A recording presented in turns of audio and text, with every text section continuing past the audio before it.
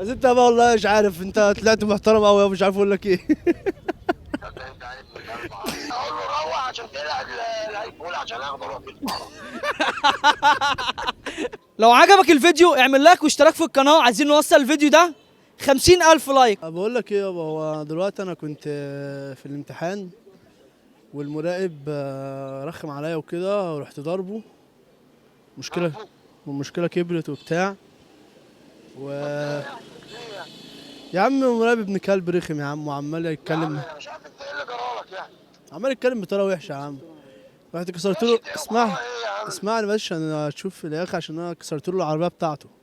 انت فين دلوقتي يعني؟ والمشكلة ان انا ممسوك دلوقتي وعايزين مني 10,000 جنيه عشان العربية. نعم. عايزين 10,000 جنيه عشان العربية. يا عم انت بتستعبط ولا بتتكلم جد؟ يابا دي فيها حاجة فيها هزار، انا بكلمك عشان انا دلوقتي انا ممسوك في مع امن الجامعة. لا والله. اه والله. يعني انا ايه بقى؟ هتحله ولا هياخدوني على الاسم ولا ايه بالظبط؟ طب انا اعمل ايه يعني؟ هتحلني في 10,000 ولا اقول لهم خلاص مش معايا فلوس ادفع واتحبس؟ يا عم انا هتصرف لك يا عم. هتتصرف لي من ايه؟ ايوه سيبها يا عم، انت فين دلوقتي؟ البس واروح فين انا دلوقتي؟ البس واجي ازاي؟ طب انت هتلبس ايه؟ البس اي هدوم يا عم عندي. ماشي، ما تلبسش هدوم، بس حاجه من هدوم عشان هم انت على ابن كلب وخلاص. ايه يابا في ايه يابا؟ دي انت بتضحك يابا.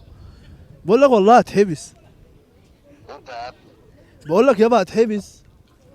خلص بقى يا عم بقى. يابا هدفع يابا، انت هتقعد تهزر يابا، يلا شوف لي 10,000 جنيه وتعالى. طب اديني اي حد من اللي معاك دول. طب خد اللي هو اللي كان بيحقق معايا اهو. السلام عليكم. سلام عليكم ورحمة الله. هو ابن حضرتك ده؟ اه يا باشا. هتدفع يا باشا ولا نعمل معاه ايه؟ ايه؟ هتدفع 10,000 ولا نعمل معاه ايه؟ لا يا عم ندفع، ما ينفعش ازاي؟ مش هو يا- غير. ولا نقرص ودانه شويه؟ ايه؟ نقرص ودانه وخلاص. ايه؟ نقرص ودانه. حبسه؟ نقرص ودانه، نقرصه شويه كده نعلمه الادب. نقرص ودانه ولا نسيبه؟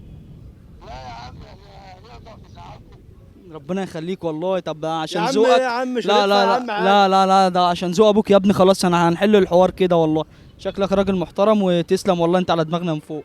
بس انت بقى والله مش عارف، انت طلعت محترم قوي مش عارف اقول لك ايه. طب انت عارف ابن كلب عارف. تحب بقى تقول له ايه؟ لو هننصحه نصيحه بمناسبه اقول له روح عشان تلعب الهيكول عشان اخده اروح في الفرح.